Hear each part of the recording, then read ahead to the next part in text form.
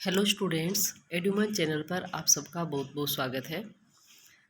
आज के इस सेशन के अंदर हम क्लास 12th का second chapter clinical nutrition and dietetics जो है उसको हम डिस्कस करेंगे। तो चलिए स्टूडेंट, ज़्यादा से ज़्यादा इस वीडियो को अपने दोस्तों के साथ शेयर कर दीजिए और ज़्यादा से ज़्यादा इस चैनल के साथ जुड़िए। काफ़ी लंबा एक गैप हो गया था अपनी क्लासेज के बीच में, लेकिन अब जो है वो कंटिन्यूटी आपको देखने को मिलेगी। तो चलिए स्टूडेंट, शुरू करते हैं आज का अपना session clinical nutrition and dietetics. सबसे पहले बात आती है कि क्लिनिकल न्यूट्रिशन। तो हम सबसे पहले ये देखेंगे कि न्यूट्रिशन है क्या। न्यूट्रिशन क्या है? Nutrition is the science of food, nutrients and other substances as well as their digestion, absorption and utilisation by body. यानी कि न्यूट्रिशन क्या है? एक साइंस है फूड की, न्यूट्रिएंट्स की और अदर सब्सटेंसेस की, जिनका डाइजेशन होता है, एब्जॉर्प्शन होता है और यूटिलाइजेशन होता है हमारी बॉडी के द्वारा। क्योंकि ये डेफिनेशन जो है आपके एग्जाम में डायरेक्ट पूछी जा सकती है। इस क्लास के अंदर अपन सिर्फ चैप्टर ही डिस्कस नहीं करेंगे, यहाँ से आपके क्वेश्चन कहाँ कहाँ से बन सकते हैं वो चीज़ें भी अपन डिस्कस करेंगे।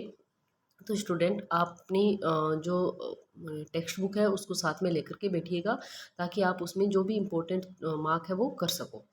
तो न्यूट्रिशन क्या है? न्यूट्रिशन एक साइंस है जिसके अंदर फूड, न्यूट्रिएंट्स और अदर जो सब्सटेंसेज है उनका हम डाइजेशन, एब्जॉर्प्शन और यूटिलाइजेशन हमारी बॉडी द्वारा किस तरह से होता है, वो सारी चीज़ें जिसमें हम डिस्कस करते हैं वो क्या है? न्यूट्रिशन है। Nutrition is also concerned with the social, psychological and economic aspect of food and eating। और न्यूट्रिशन क्या है? ये हमारे सोशल, साइकोलॉजिकल और इकोनॉमिक एस्पेक्ट के साथ भी एस्पेक्ट को भी इसके अंदर देखा जाता है, क्योंकि जो फूड है और जो ईटिंग है उसके सोशल, साइकोलॉजिकल और इकोनॉमिक एस्पेक्ट होते हैं। जब हम फूड के फंक्शंस पढ़ते हैं उसके अंदर हम पढ़ते हैं कि फूड के सोशल फंक्शन होते हैं, साइकोलॉजिकल फंक्शन होते हैं और इकोनॉमिक फंक्शन होते हैं। It is it is well known that optimum nutrition is important for providing immunity and protection from infection and to promote recovery from a variety of illness as well as managing chronic disease। यानी कि ये हम अच्छे से जानते हैं कि जब हम ऑप्टिमम न्यूट्रिशन जो है वो लेंगे। ऑप्टिमम न्यूट्रिशन का मतलब क्या है? ऑप्टिमम का मतलब क्या है कि जब प्रॉपर न्यूट्रिशन जब हम लेंगे, यानी कि जितनी हमारी रिक्वायरमेंट है, हमारी रिक्वायरमेंट की अगर हम बात करते हैं तो हम यहाँ पर पढ़ते हैं आरडीए के बारे में। आरडीए क्या है? Recommended dietary allowances. क्या है इसकी full form? Recommended dietary allowances. आप इसको साइड में मेंशन कर सकते हो। वैसे 11th क्लास में तुम लोग इसको पढ़ चुके हो। आरडीए का मतलब होता है recommended dietary allowances. Dietary allowances, ये जो रिकमेंडेड डाइटरी अलाउंसेज है ये क्या है? ये आईसीएमआर, कौन सी संस्था? आईसीएमआर। आईसीएमआर क्या है? Indian council of medical research. यानी कि मेडिकल फील्ड में जितनी भी रिसर्चेज होती है उसकी एक शीर्षस्थ संस्था है हमारे इंडिया की, जो न्यू दिल्ली में स्थित है। आईसीएमआर क्या करती है कि रिकमेंड करती है हमें कि हमें कितनी अमाउंट में डाइट लेनी चाहिए या कितने अमाउंट में न्यूट्रिएंट लेने चाहिए जिससे हम एक हेल्दी लाइफ जी सकें। तो यहाँ पर बात करते हैं हम, it is well known that optimum nutrition is important. यानी कि ऑप्टिमम न्यूट्रिशन जो आरडीए ने हमें, जो आईसीएमआर ने हमें प्रेस्क्राइब किया है, आरडीए के तहत हमें बताया गया है कि हमें कितना कैलोरी चाहिए, कितना हमें प्रोटीन चाहिए, कितना हमें वाइटमिन्स चाहिए, vitamin A B C D, कितने हमें मिनरल्स चाहिए, सारी जो चीज़ें हैं वो हमें कितनी क्वांटिटी में चाहिए। जब हम वो सारी क्वांटिटी फुलफ़िल करते हैं, यानी कि जितनी अमाउंट में हमें चाहिए वो सारी चीज़ें जब हम लेते हैं तो वो न्यूट्रिशन हमारा ऑप्टिमम न्यूट्रिशन कहलाता है। यानी कि हमारी बॉडी की न्यूट्रिएंट की जो रिक्वायरमेंट है अगर हम उसको फुलफ़िल कर रहे हैं तो इट मीन्स हम ऑप्टिमम न्यूट्रिशन ले रहे हैं। तो जो ऑप्टिमम न्यूट्रिशन होता है वो इम्पोर्टेंट होता है किस चीज़ के लिए? Providing immunity. यानी कि क्वेश्चन आ सकता है कि जो इम्यूनिटी को स्ट्रॉन्ग करने के लिए या फिर प्रोटेक्शन फ्रॉम इन्फेक्शन के लिए कौन सी चीज़ ज़रूरी है, या मतलब इस तरह से भी क्वेश्चन आ सकता है कि न्यूट्रिशन हमारे किन किन चीज़ों के लिए आवश्यक है, तब भी हमें पता होना चाहिए कि न्यूट्रिशन की वजह से हमारी बॉडी की इम्यूनिटी पावर स्ट्रॉन्ग होती है और हम इन्फेक्शन से भी प्रोटेक्ट होते हैं। क्यों? क्योंकि अगर हम ऑप्टिमम अमाउंट में न्यूट्रिशन लेंगे, न्यूट्रिएंट्स लेंगे, तो क्या होगा कि हमारी जो बॉडी है वो हेल्दी रहेगी।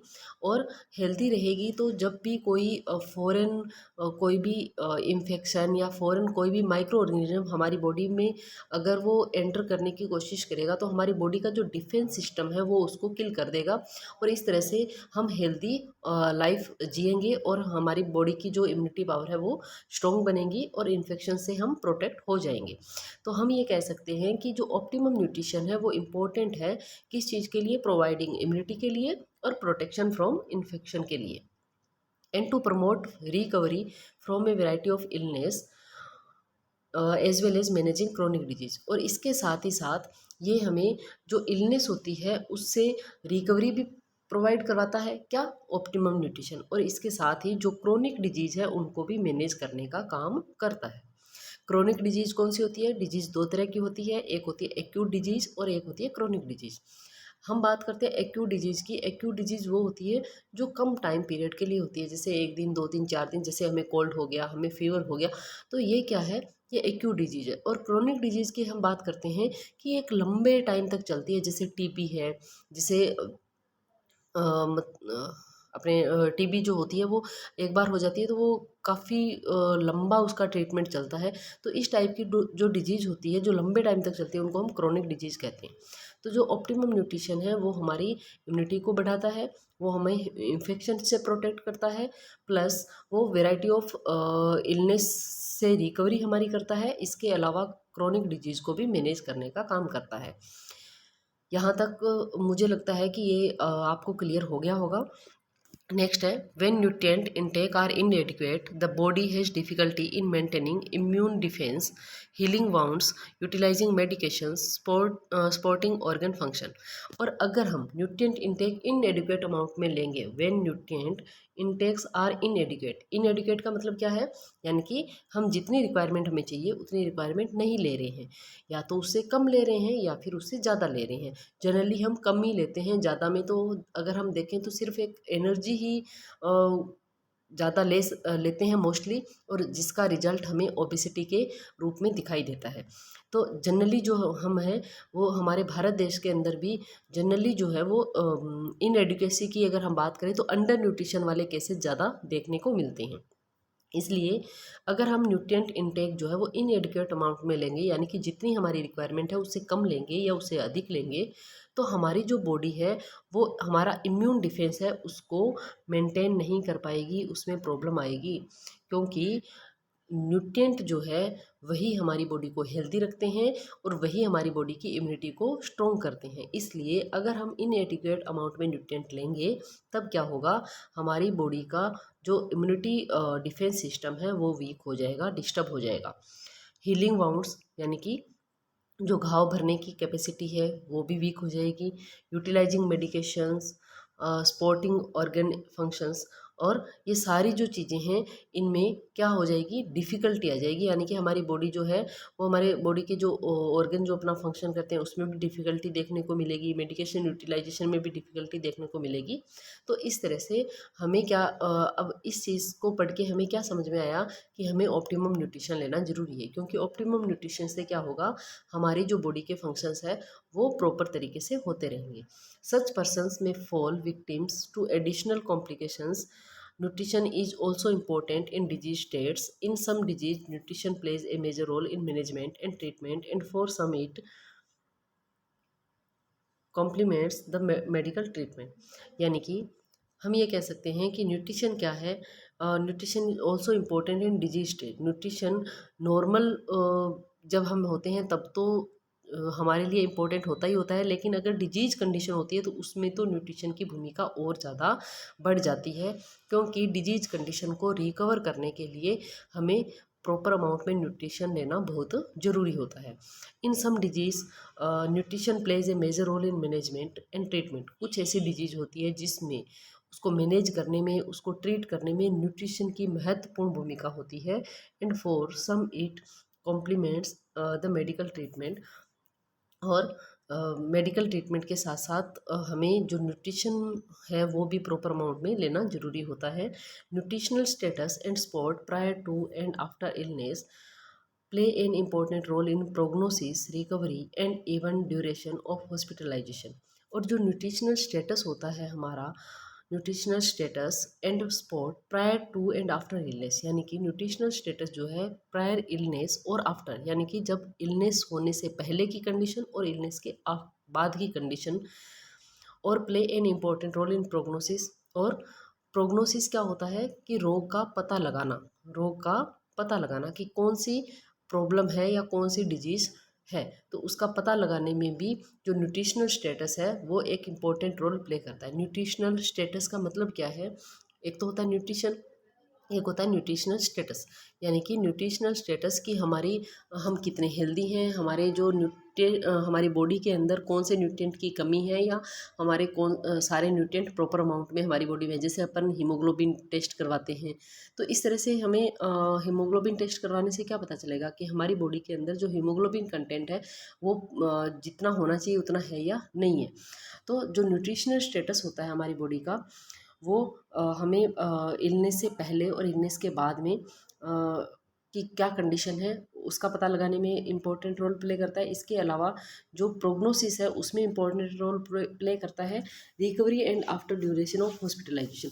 और जब कोई बीमारी हो गई है, कोई डिजीज हो गई है, तो उसकी रिकवरी में, और अगर मान लो कोई ऐसी प्रॉब्लम हुई है जिसकी वजह से हॉस्पिटलाइजेशन होना पड़ रहा है, तो उस दौरान भी जो न्यूट्रिशनल स्टेटस है वो इम्पोर्टेंट रोल प्ले करता है। क्योंकि अगर हमारा न्यूट्रिशनल स्टेटस डाउन है, इट मीन्स जो डिजीज़ है उसको रिकवर होने में अधिक टाइम लगेगा। लेकिन अगर हमारा न्यूट्रिशनल स्टेटस अच्छा है और हम अच्छा न्यूट्रिशन ले रहे हैं, तो हम उतना जल्दी रिकवर हो जाएंगे। Also illness and disease can result in nutrient imbalance even in a person who previously had good nutritional status। और जो इलनेस और डिजीज जो होती है वो न्यूट्रिएंट इम्बेलेंस जो है वो भी क्रिएट करती है। क्योंकि क्या होता है कि जैसे मान लो पहले मान लो मेरा न्यूट्रिशनल स्टेटस जो है वो प्रॉपर है, लेकिन अगर मुझे किसी भी तरह की कोई डिजीज़ हो गई है, तो वो डिजीज़ क्या करेगी, मेरा न्यूट्रिशनल जो स्टेटस है उसको इफ़ेक्ट कर देगी। तो मेरा जो न्यूट्रिशनल स्टेटस है वो क्या हो जाएगा, इफ़ेक्ट हो जाएगा। तो यहाँ पर जो है इलनेस और डिजीज़ जो है वो क्या कर सकती है, हमारा न्यूट्रिएंट इम्बेलेंस कर सकती है। जिस भी इंसान का पहले न्यूट्रिशनल स्टेटस अच्छा था उसका न्यूट्रिएंट इम्बेलेंस देखने को मिल सकता है। तो इस टाइप का क्वेश्चन भी आ सकता है कि न्यूट्रिशनल इम्बेलेंस जो है उसका कारण क्या हो सकता है। तो इलनेस और डिजीज जो है उस वजह से न्यूट्रिशनल इम्बेलेंस हमें देखने को मिल सकता है। जो छोटे क्वेश्चन आते हैं उसमें ये क्वेश्चन आ सकता है। नेक्स्ट है, thus health and nutrition are intimately interlinked. और इसलिए हम ये कह सकते हैं कि जो हमारी हेल्थ है और न्यूट्रिशन है वो इंटीमेटली क्या है, इंटरलिंक्ड है, दोनों एक दूसरे से जुड़े हुए हैं। क्योंकि मान लो एक हेल्दी पर्सन है और उसको अचानक किसी भी तरह की कोई डिजीज हो गई है, तो उसका जो न्यूट्रिशनल स्टेटस है वो डाउन चला जाएगा। तो अब यानी कि उसकी हेल्थ इफेक्ट हुई, उसका न्यूट्रिशनल स्टेटस इफेक्ट हो जाएगा। और अगर मान लो कोई हेल्दी पर्सन है और बाद में उसमें किसी भी तरह की कोई न्यूट्रिएंट इम्बेलेंस हो गया है, तो वो धीरे धीरे उसके किसी भी तरह की कोई डिजीज डेवलप हो सकती है। तो यानी कि अग न्यूट्रिएंट जो न्यूट्रिशन है और जो हेल्थ है वो एक दूसरे से दोनों चीज़ें जुड़ी हुई है। Poor nutrition not only lead to health problem but can also make existing problem worse. और अगर पुअर न्यूट्रिशन जैसी कंडीशन होती है, तो वो सिर्फ हेल्थ प्रॉब्लम को ही क्रिएट नहीं करती है, बल्कि जो प्रॉब्लम एग्जिस्टिंग जो प्रॉब्लम है उनकी कंडीशन और ज़्यादा वर्स हो जाती है। यानी कि हम यहाँ ये कह सकते हैं कि मान लो कि कोई पर्सन जो है वो प्रॉपर अमाउंट में न्यूट्रिशन नहीं ले रहा है, न्यूट्रिएंट कंटेंट नहीं ले रहा है, तो उसमें हेल्थ प्रॉब्लम तो क्रिएट हो ही जाएगी। लेकिन अगर उसको पहले से किसी तरह की कोई प्रॉब्लम है, तो उसकी कंडीशन और ज़्यादा जो वर्ष है वो हमें देखने को मिलेगी। The specialised area of nutrition which deals with nutrition during illness is clinical nutrition. और यहाँ पर वो स्पेशलाइज्ड एरिया न्यूट्रिशन का जिसके अंदर हम सिर्फ जो इलनेस के दौरान जो न्यूट्रिशन को हम पढ़ते हैं या डील करते हैं, उसको हम क्लिनिकल न्यूट्रिशन कहते हैं। क्वेश्चन आ सकता है। क्वेश्चन किस तरह से आएगा, डिफाइन द क्लिनिकल न्यूट्रिशन। तो आपको क्या पता होना चाहिए कि न्यूट्रिशन का वो एरिया जिसके अंदर हम इलनेस के दौरान न्यूट्रिशन को डील करते हैं, उस एरिया को हम क्लिनिकल न्यूट्रिशन कहते हैं। यानी कि क्लिनिकल का मतलब क्या है, यानी कि मेडिकल फील्ड से रिलेटेड है।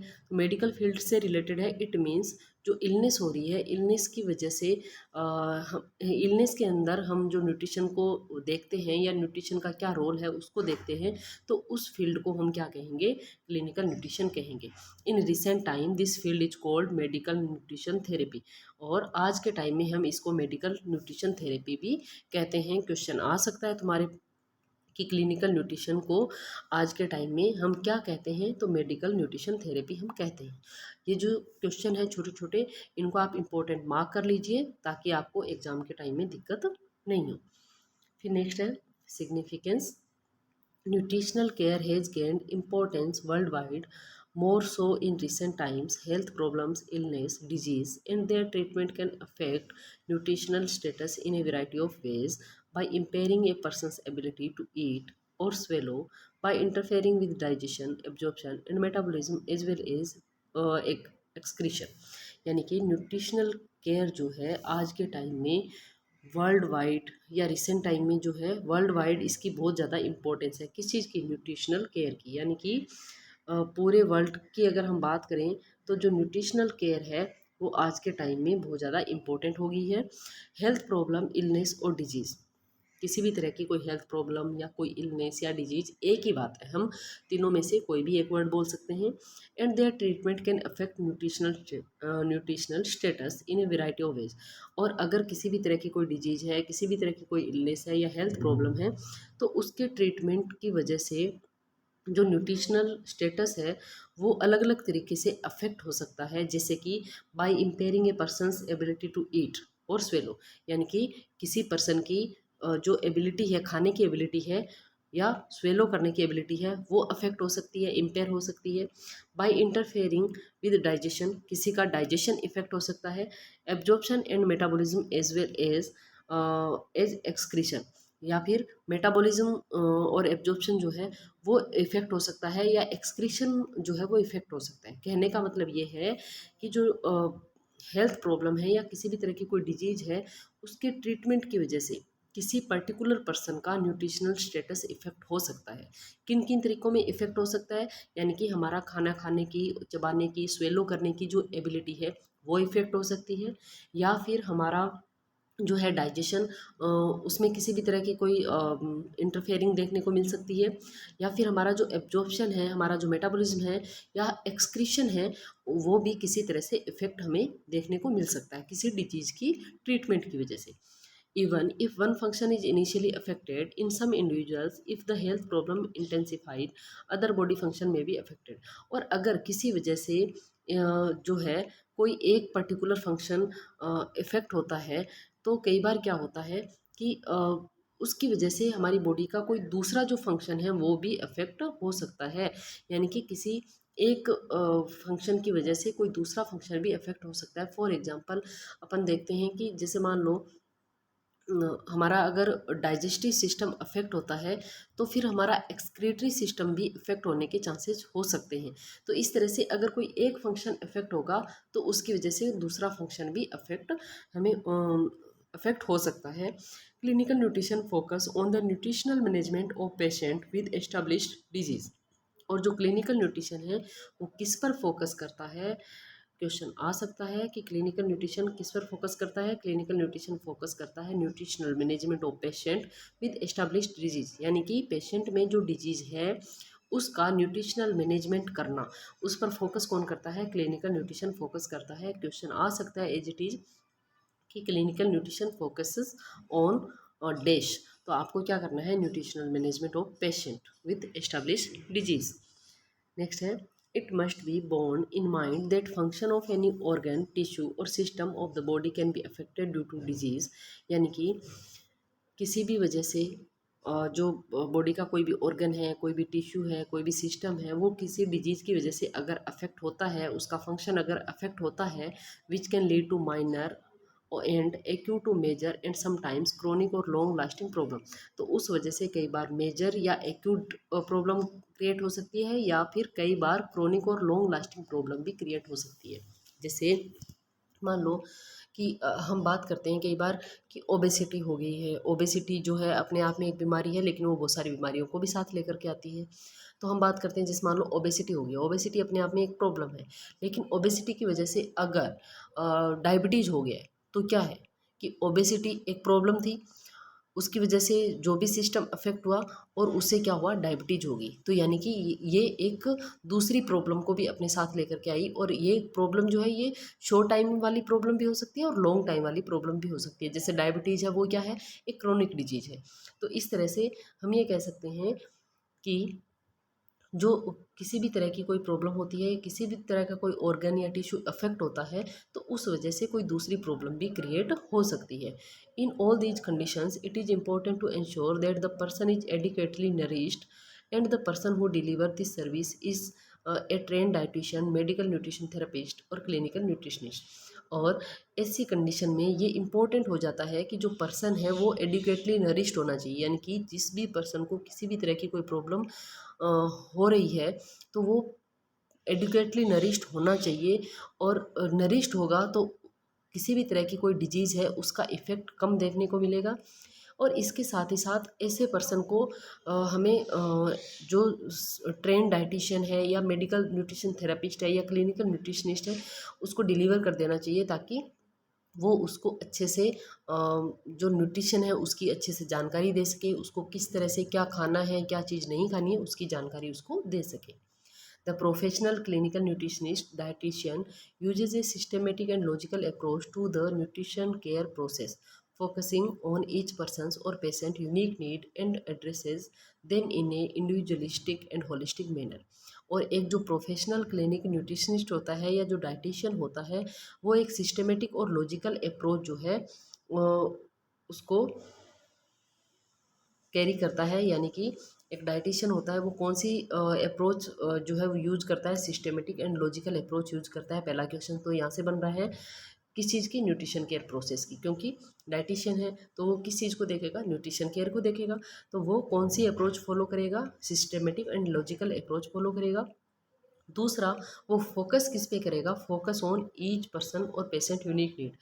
जो भी पर्सन है, यानी कि जो डाइटिशियन है उसके पास तो बहुत सारे पेशेंट आएंगे, तो वो हर एक इंडिविजुअल पेशेंट की जो यूनिक नीड है उसको, उस पर वो फोकस करेगा। और जैसे मान लो किसी के सिमिलर प्रॉब्लम है, जैसे कोई 10 पेशेंट है उनके सिमिलर प्रॉब्लम है, तो वो होलिस्टिक मैनर में भी उन चीज़ों को जो समझेगा और उन चीज़ों का ट्रीटमेंट जो है वो उसको बताएगा। The patient is the primary focus on the nutritional care process. और जो पेशेंट जो होता है उसकी जो न्यूट्रिशनल केयर प्रोसेस है, उसका मेन जो फोकस है वो किस पे रहेगा, कि जो पेशेंट है उसकी न्यूट्रिशन केयर प्रोसेस पर फोकस करना। किसका, डाइटिशियन का। यानी कि डाइटिशियन का काम क्या रहेगा कि जो पेशेंट है प्राइमरी फोकस वो किस पे करेगा, उसके न्यूट्रिशनल केयर प्रोसेस पे फोकस करेगा। फिर नेक्स्ट है आपके the 20th and 21st century have witnessed tremendous advances in the field of medicine and pharmacology, enabling us to control many communicable and infectious disease। यानी कि 20वीं और 21वीं सेंचुरी के अंदर हमने देखा है कि जो मेडिकल फील्ड है और फार्माकोलॉजी फील्ड है, इसमें बहुत ज़्यादा ट्रेमेंडियस एडवांसेज हमें देखने को मिले हैं। वैसे तो ये क्वेश्चन आएगा नहीं, लेकिन बाई चांस छोटे क्वेश्चन में आ सकता है कि कौन सी सेंचुरी के अंदर जो है वो हमें मेडिकल और फार्माकोलॉजी फील्ड में जो ट्रेमेंडियस एडवांसेस देखने को मिले, तो 20th और 21st सेंचुरी के अंदर, enabling us to control many communicable and infectious disease. और ये जो एडवांसेज हमें देखने को मिले हैं, यानी कि इतनी जो रिसर्चेज हुई है, इस वजह से हम बहुत सारी कम्युनिकेबल और बहुत सारी इन्फेक्शियस डिजीज जो है उनको हम कंट्रोल करने में इनेबल हुए हैं। कम्युनिकेबल का मतलब होता है कि एक जने से दूसरे जने में किसी भी तरह की कोई डिजीज जो है वो फैलना, यानी कि जिसको अपन कह सकते हैं कॉमन भाषा में, जो कि किसी को टच करने से या किसी के पास छींकने से या उसको हाथ, उसके साथ हाथ मिलाने से जो प्रॉब्लम, जो डिजीज़ फैल जाती है उसको हम कम्युनिकेबल डिजीज़ कहते हैं।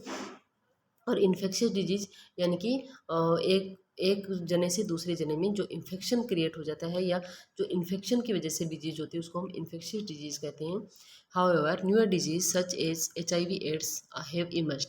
और आजकल जो न्यूअर डिजीज है जैसे कि HIV एड्स है, इस तरह की डिजीज जो है वो इमर्ज हम देखने को मिलती है। Prevalence of non communicable disease such as obesity, heart disease, hypertension and diabetes is not only increasing but these are occurring at a much younger age। और आज के टाइम में जो है नॉन कम्युनिकेबल डिजीज़ हमने बात करी, एक तो कम्युनिकेबल डिजीज़ की। कम्युनिकेबल डिजीज़ कौन सी होती है? जो एक जने से दूसरे जने में आसानी से फैल जाती है, जिसको टच करने से, उसके साथ बैठ कर के मतलब ज़्यादा पास में बैठ कर के बातचीत करते हैं या कोई छींकता है तो उस वजह से ये जो डिजीज़ फैल जाती है उसको हम कम्युनिकेबल, कम्युनिकेबल का मतलब एक दूसरे से पास आउट होती है। और नॉन कम्युनिकेबल का मतलब होता है कि भले ही अपन किसी भी पर्सन की कोई डिजीज़ है, अपन उसके हाथ लगाएं, उसके टच करें तो वो डिजीज़ हमारे अंदर नहीं आएगी। ऐसी डिजीज़ को हम नॉन कम्युनिकेबल डिजीज़ कहते हैं। तो आज के टाइम में जो नॉन कम्युनिकेबल डिजीज़ है जैसे कि ओबेसिटी है, हार्ट डिजीज़ है, हाइपरटेंशन है, डायबिटीज़ है। क्वेश्चन आ सकता है, क्वेश्चन इस तरह से आ सकता है, give the for name of non communicable disease. तो तुम्हें पता होना चाहिए कि नॉन कम्युनिकेबल डिजीज़ जो है ओबेसिटी है, हार्ट डिजीज़ है, हाइपरटेंशन है, डायबिटीज़ है। तो आजकल ये जो डिजीज़ है ये ना केवल इंक्रीज हो रही है बल्कि ये यंगर एज के अंदर इंक्रीज हो रही है, यानी कि बहुत कम एज में ये डिजीज़ हमें देखने को मिल रही है। पुराने टाइम में हार्ट अटैक सुनते थे बहुत ज़्यादा एज्ड जो पर्सन होते थे उनके, लेकिन आजकल छोटी छोटी एज में डायबिटीज़ देखने को मिल रहा है, ओबेसिटी देखने को मिल रही है, हार्ट प्रॉब्लम हमें देखने को मिल रही है। In fact, India is likely to be a diabetic capital of the world। Question आ सकता है, इंडिया क्या है, इंडिया को क्या कहते हैं? डायबिटिक का कैपिटल ऑफ द वर्ल्ड, यानी कि जो इंडिया है वो एक तरह से वर्ल्ड की कैपिटल है। किस मामले में? डायबिटीज़ के मामले में। यानी कि डायबिटीज़ के केसेस हमारे भारत देश में इतने ज़्यादा हो गए हैं कि इसको एक कैपिटल की संज्ञा दे दी गई है। Further older persons require special attention. और इसीलिए जो ओल्डर पर्सन है उनको स्पेशल अटेंशन की ज़रूरत है। दस the promotion of population which require nutritional care, sport and diet counselling is increasing. और इसीलिए जो प्रपोर्शन ऑफ पॉपुलेशन है उसको न्यूट्रिशनल केयर की, स्पोर्ट की और डाइट काउंसलिंग की ज़रूरत जो है वो बढ़ रही है। क्योंकि डिजीज़ बढ़ रही है इसलिए जो अधिकतर लोग हैं आजकल, जो पढ़े लिखे लोग हैं वो इन चीज़ों के प्रति अवेयर हो गए हैं, इसलिए वो डाइट काउंसलिंग जैसी चीज़ों को जानने लगे हैं। और इसीलिए जो डाइट काउंसलिंग है, न्यूट्रिशनल केयर है, इस तरह की चीज़ों की डिमांड जो है वो बढ़ रही है। The clinical nutritionist or medical nutrition therapist play an important role in prevention of disease and promotion of good health, beside recommending therapeutic diet for management of various disease। और इसीलिए जो क्लिनिकल न्यूट्रिशनिस्ट है, जिसको हम clinical nutritionist भी कह सकते हैं, जिसको हम डाइटिशियन भी कह सकते हैं, जिसको हम मेडिकल न्यूट्रिशन थेरापिस्ट भी कह सकते हैं, वो एक इम्पोर्टेंट रोल प्ले करता है इन डिजीज़ को प्रिवेंट करने में और एक अच्छे हेल्थ को प्रमोट करने में। जो इम्पोर्टेंट रोल प्ले करता है वो डाइटिशियन होता है। और वो क्या रिकमेंड करता है? वो थेरापेटिक डाइट रिकमेंड करता है ताकि वो अलग अलग डिजीज़ का मैनेजमेंट कर सके। थेरापेटिक डाइट, यहाँ पर जिस वर्ड आप लोगों ने कभी नहीं सुना होगा, थेरापेटिक डाइट क्या होती है? थेरापेटिक डाइट वो डाइट होती है जो किसी डिजीज़ को कंट्रोल करने में या किसी डिजीज़ को मैनेज करने में जो डाइट दी जाती है उस डाइट को हम थेरापेटिक डाइट कहते हैं। यानी कि डिजीज़ कंडीशन में जो डाइट दी जाती है, स्पेशल डाइट दी जाती है जो उस पर्टिकुलर डिजीज़ का जो इफ़ेक्ट है उसको कम करने के लिए या उस पर्टिकुलर डिजीज़ को प्रिवेंट करने के लिए, उसको ट्रीट करने के लिए जो डाइट दी जाती है उसको हम थेरापेटिक डाइट कहते हैं। तो जो डाइटिशियन होता है वो किस तरह से एक अच्छी हेल्थ का प्रमोशन करेगा?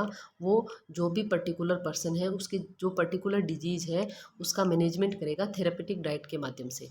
और इस तरह से जो पेशेंट है उसकी जो हेल्थ है वो अच्छी हो जाएगी।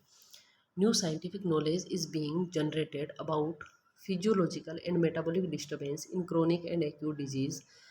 Newer methods of nutritional assessment are being developed and adopted। Newer techniques and supplements for nourishing the patient are being used।